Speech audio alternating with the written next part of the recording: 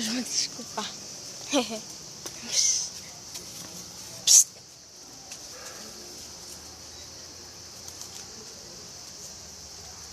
Εκεί είναι το σκυλί.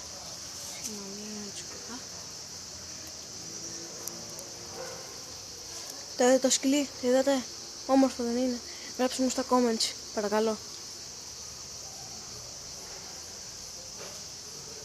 Και τώρα πάμε να δούμε τη γάτα. Να τη δούμε. Πείτε μου, γράφτε μου στα comments αν σας αρέσει η γάτα μου. Ευχαριστώ πολύ. Βοηθήστε με να περάσω τα 100 like. Ευχαριστώ πολύ.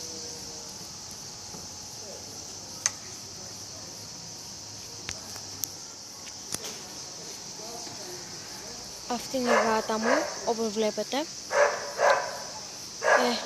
Γεννήθηκε πριν 1 χρόνο, είναι ενός έτους και κάτι μηνών.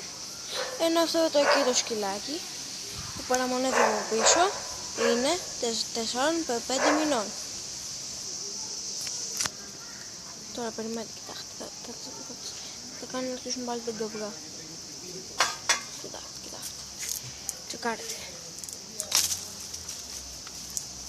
Σε όλο το δικό μου, λάθος δικό μου.